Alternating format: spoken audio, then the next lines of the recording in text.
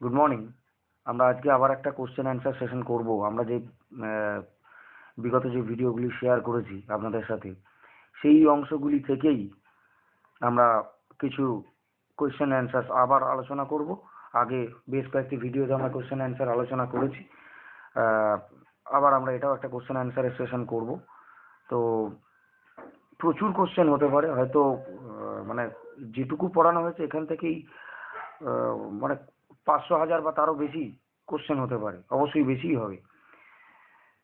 কিন্তু আমি just sample question আলোচনা করছি, ডিসকাস করে দিচ্ছি, যাতে এই ধরনের কোশ্চেনগুলো যেগুলো পরীক্ষায় এসছে এবং আসতে পারে সেইগুলি আমি আলোচনা করে দিচ্ছি, যাতে এই টাইপের কোশ্চেনগুলি সবাইকার পড়ার সুবিধা হয় এবং এর সঙ্গে রিলিভেন্ট বিষয়গুলো বা রিলেটেড বিষয়গুলো সবাইকার পড়া হয়ে যায় বা পুরোটা গ্রিপে চলে আসে। সেই জন্যই এই কোশ্চেন অ্যান্সার সেশনগুলো আলোচনা করা ভেরি ভেরি ইম্পর্টেন্ট। তো আমি স্টার্ট করি। আমরা আগের দিন সিপাহী বিদ্রোহ নিয়ে আলোচনা করতে গিয়ে শেষ হয়েছিল। আজকে আবার সিপাহী বিদ্রোহেরই একটা কোশ্চেন, সিম্পল কোশ্চেন, এগুলো আমরা আলোচনা করে নিয়েছি। যে আসামে সিপাহী বিদ্রোহ কে লিড করেছিলেন? অ্যান্সার ইজ মুনিরাম দেওয়ান। মুনিরাম দেওয়ান আসামে লিড করেছিলেন, ভেরি ইম্পর্টেন্ট। বেরিলিতে আরো যে লিডার আমরা তো আলোচনা করে দিয়েছি, বেরিলিতে ছিলেন খাঁ বাহাদুর খাঁ, ইম্পর্টেন্ট। রাও তুল্লারাম বা রাও তুলারাম, তিনি নেতৃত্ব দিয়েছিলেন হরিয়ানাতে। তাহলে হরিয়ানাতে সিপাহী বিদ্রোহের কে নেতৃত্ব দিয়েছিলেন রাও তুলারাম বা রাও তুলারাম। নেক্সট প্রশ্নে যাই আমরা। Name the zamindar of Jagdishpur who led sipahi mutiny. Very important প্রশ্ন। প্রশ্ন কিন্তু ঘুরিয়েও আসতে পারে। বিহারে কে নেতৃত্ব দিয়েছিলেন? কুনওয়ার সিং। যদি এইভাবে দেয়, কোন জমিদার সিপাহী বিদ্রোহ নেতৃত্ব দিয়েছিলেন বিহারে? কুনওয়ার সিং। আর এরকম প্রশ্ন আসতে পারে, জগদীশপুরের জমিদার যে সিপাহী বিদ্রোহের নেতৃত্ব দিয়েছিলেন? কুনওয়ার সিং। তাহলে কুনওয়ার সিং বিহারের জগদীশপুরের জমিদার ছিলেন এবং তিনি বিহারে সিপাহী বিদ্রোহের নেতৃত্ব দেন। অমর সিং তার ভাই তার সঙ্গে এই বিদ্রোহে যোগ দিয়েছিলেন। ইম্পর্টেন্ট, মনে রাখতে হবে। নেক্সট, হুইচ লিডার ডিক্লেয়ার্ড সিপাহী মিউটিনি অ্যাজ জেহাদ? ফৈজাবাদে, ইউপি ফৈজাবাদ, সেখানে সিপাহী বিদ্রোহের নেতৃত্ব দিয়েছিলেন মৌলভী আহমদুল্লাহ। মৌলভী আহমদুল্লাহ, এই মৌলভী আহমদুল্লাহ সিপাহী মিউটিনে যখন নেতৃত্ব দিতে যান, তখন তিনি এটাকে জেহাদ হিসেবে ঘোষণা করেছিলেন। তো জেহাদ হিসেবে কে ঘোষণা করছেন সিপাহী মিউটিনিকে? ফৈজাবাদের মৌলভী আহমদুল্লাহ। ভেরি ইম্পর্টেন্ট প্রশ্ন। নেক্সট প্রশ্নে আসি। Which article is known as the safeguard against self discrimination? Very important প্রশ্ন, ভেরি ভেরি ইম্পর্টেন্ট প্রশ্ন। এরকম পরীক্ষায় কিন্তু এখন আজকাল এরকম ধরনের প্রশ্ন আসছে। কোনো কোনো সময় স্ট্রেট ওয়ে ধারা থেকে না এসে এরকম ধরনের প্রশ্ন আসছে। সেফগার্ড এগেনস্ট সেলফ ডিসক্রিমিনেশন কোন ধারাকে বলা হয়? Article 20 is the answer. 20 নম্বর ধারায় মেনলি যেটা কি বলা হয়, যে রাইট এগেনস্ট ডাবল জিওপার্ডি। কিন্তু তার আগেও আরেকটি বিষয় আছে। কি বলা আছে 20 নম্বর ধারায়? আমরা তো অলরেডি ফান্ডামেন্টাল রাইটস আলোচনা করেছি। 19 থেকে 22 রাইট টু ফ্রিডম বা স্বাধীনতার অধিকার আমরা অলরেডি আলোচনা করেছি, রাইট টু ফ্রিডম। তাহলে সেখানে 19 থেকে 22-এর মধ্যে 20 আমরা ডিটেলে আলোচনা করেছিলাম। 20-তে কি বলা হয়েছিল? যে any citizen residing within India, কোনো নাগরিক মানে কোনো ভারতীয় নাগরিক, সে টেরিটরি যেখানেই বসবাস করুক না কেন, কোনো ভারতীয় নাগরিক যখন গ্রেপ্তার হবে, তখন কোনো একটা অ্যাক্টকে ভায়োলেট করলে বা আইনকে লঙ্ঘন করলে তখনই তাকে কনভিক্ট করা হবে। অর্থাৎ no citizen residing within the territory of India shall not be convicted except a violation of act during the commission of an act, অর্থাৎ কোনো কাজ করতে গিয়ে যদি কোনো আইনের লঙ্ঘন করে কোনো ব্যক্তি, তাহলে তাকে কনভিক্ট করা হবে।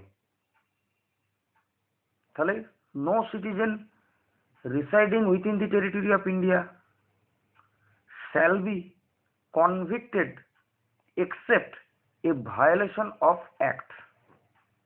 Very important. আর একটা কি বলা হয়েছে, যে 20 নম্বর ধারাতেই আমরা আলোচনা পেয়েছি যে no citizen shall be convicted more than once for a single offence. No citizen shall be convicted more than once for a single offence, অর্থাৎ একটি অপরাধের জন্য একের বেশিবার কনভিক্ট করা যাবে না। Very important. এবং আরেকটি ক্লজ 3-তে কি বলা হয়েছে, ক্লজ 3-তে এটা বলা হয়েছে যে no citizen shall be compelled or obliged, বাধ্য করা যাবে না, টু উইটনেস এগেনস্ট হিমসেলফ, অর্থাৎ কোনো নাগরিককে তার নিজের বিরুদ্ধে উইটনেস দিতে বাধ্য করা যাবে না, কম্পেল করা যাবে না বা অবলাইজ করা যাবে না। যে সূত্র ধরে আমি কোশ্চেনটা আলোচনা করতে যাচ্ছিলাম যে সেফগার্ড এগেনস্ট সেলফ ডিসক্রিমিনেশন, এই যে ক্লজ 3-তে যে আলোচনাটা করলাম 20 ক্লজ 3-তে, clause 3 is the answer. No citizen of India shall be compelled or obliged to witness against himself, অর্থাৎ জোর করে কোনো ব্যক্তিকে আমি তার নিজের বিরুদ্ধে উইটনেস দিতে বাধ্য করতে পারবো না, নিজের বিরুদ্ধে উইটনেস দিতে বাধ্য করতে পারবো না, বা ভারতীয় আইন পারবে না।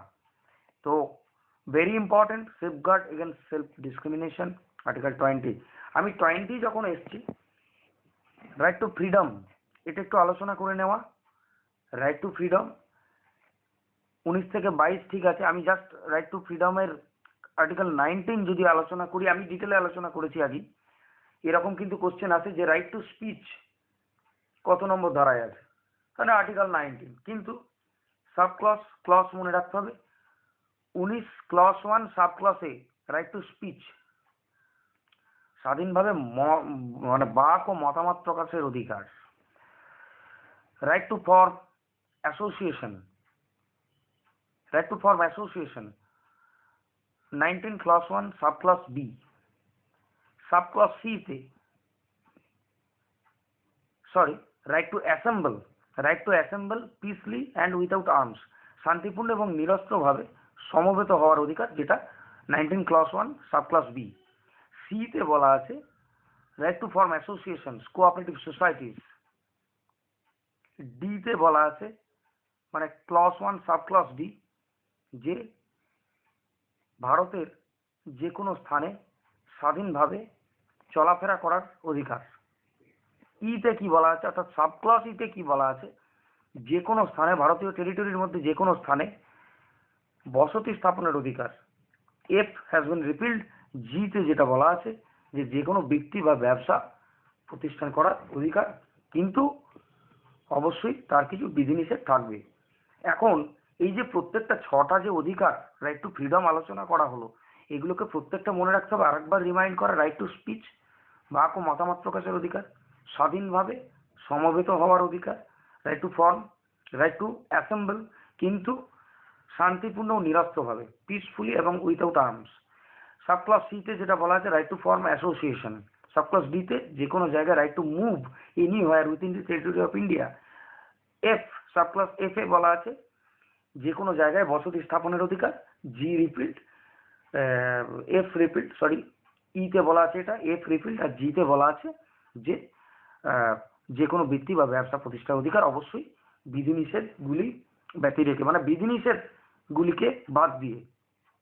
প্রত্যেকটা রাইটেরই আবার আলাদা আলাদা বিধিনিষেধ আছে। যেমন 19 ক্লাস 1 সাব ক্লাস ই যেখানে বাক ও মতামত প্রকাশের অধিকার এর কথা বলা হয়েছে, সংবাদপত্রের উল্লেখ্য যে সংবাদপত্রের যে স্বাধীনতা, বাক স্বাধীনতা, সেটাও কিন্তু এই 19 ক্লস 1 সাব ক্লাস এ এর মধ্যে পড়ছে, এরকম প্রশ্নও কিন্তু আসতে পারে। তাহলে প্রেসের যে স্বাধীনতার অধিকার সেটা কিন্তু 19 ক্লস 1 সাব ক্লাস এতে আলোচনা করা হচ্ছে, বলা হচ্ছে তাদের অধিকার এই আইনের মানে এই আর্টিকেলের আওতায় পড়ছে 19 ক্লস 1 সাব ক্লাস এ।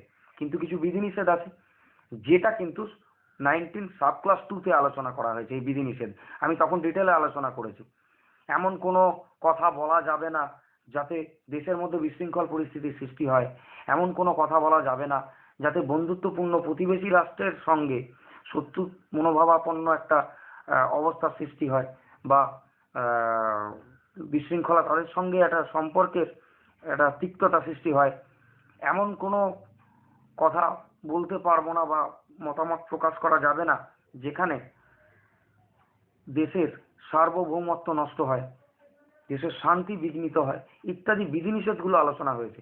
সুতরাং এটাও খেয়াল রাখতে হবে যে বাক স্বাধীনতা বলা মানে বাক স্বাধীনতা দেওয়া হয়েছে মানে যা খুশি তাই বলা, যাকে খুশি অপমান করা, যার বিরুদ্ধে খুশি বলা, এটা কিন্তু বলা যাবে না বা যায়ও না, সংবিধান তা অধিকার দেয়নি।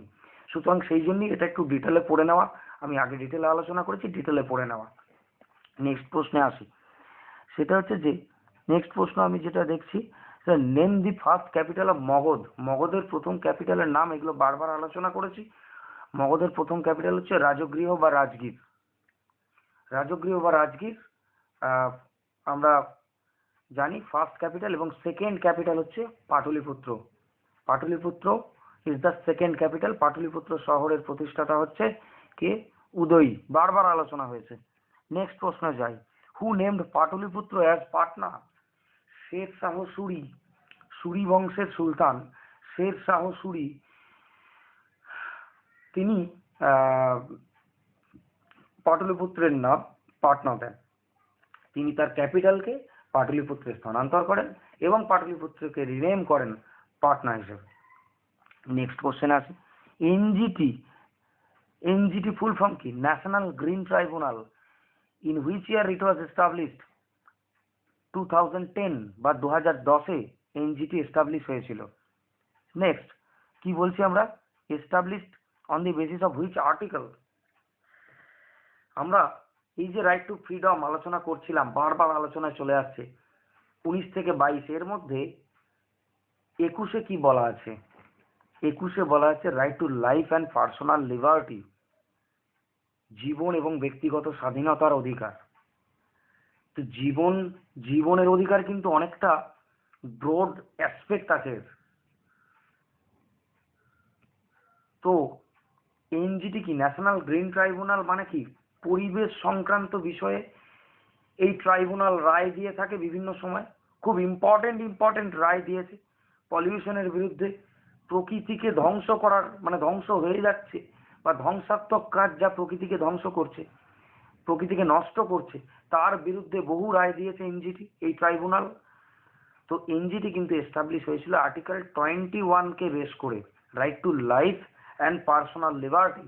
কারণ বেঁচে থাকার যে অধিকার, ব্যক্তিগত স্বাধীনতার অধিকার, তা যে একটা সুস্থ পরিবেশ, একটা দূষণমুক্ত পরিবেশ, উন্মুক্ত পরিবেশ, এর সঙ্গে ওতপ্রোতভাবে জড়িয়ে। তাই এই right to life and personal liberty article 21, এই আর্টিকেলের উপর বেস করে এনজিটি বা ন্যাশনাল গ্রিন ট্রাইব্যুনাল এস্টাবলিশ হয়েছিল 2010 সালে।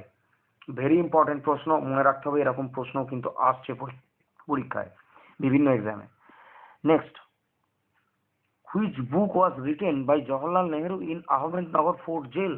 আহমেদনগর ফোর্ট জেলে বসে জওহরলাল নেহরু কোন বই লিখেছিলেন? Discovery of India, very important, discovery of India, glimpses of the world history, ওটাও কিন্তু জওহরলাল নেহরুর লেখা। Next, in which year Calcutta high court was established? Calcutta 3টে হাইকোর্ট একসাথে প্রতিষ্ঠা হচ্ছে 1862-তে। তার মধ্যে ক্যালকাটা হাইকোর্ট ছিল প্রথম। ক্যালকাটা হাইকোর্ট প্রতিষ্ঠা হয়েছিল 1862-র 1 জুলাই। ভেরি ইম্পর্টেন্ট প্রশ্ন। নেক্সট প্রশ্ন, who was the first chief justice of Calcutta high court? সব আলোচনা করা আছে। প্রথম চিফ জাস্টিস কে ছিলেন? Barnes Peacock. এবং আমার নেক্সট প্রশ্ন আছে যে প্রথম বেঙ্গলি জাজ ছিলেন কে? ফার্স্ট বেঙ্গলি জাজ অফ ক্যালকাটা হাইকোর্ট শম্ভুনাথ পণ্ডিত শম্ভুনাথ পণ্ডিত, তিনি ছিলেন ক্যালকাটা হাইকোর্টের প্রথম বেঙ্গলি জাজ। Very very important. তো আজকে আমরা আমাদের কোশ্চেন অ্যান্সার সেশন এখানে শেষ করলাম। খুব তাড়াতাড়ি আমরা নেক্সট ভিডিওতে ফিরছি। ভালো লাগলে সাবস্ক্রাইব করুন চ্যানেল, আর লাইক করুন, শেয়ার করুন। থ্যাংক ইউ, ভালো থাকুন।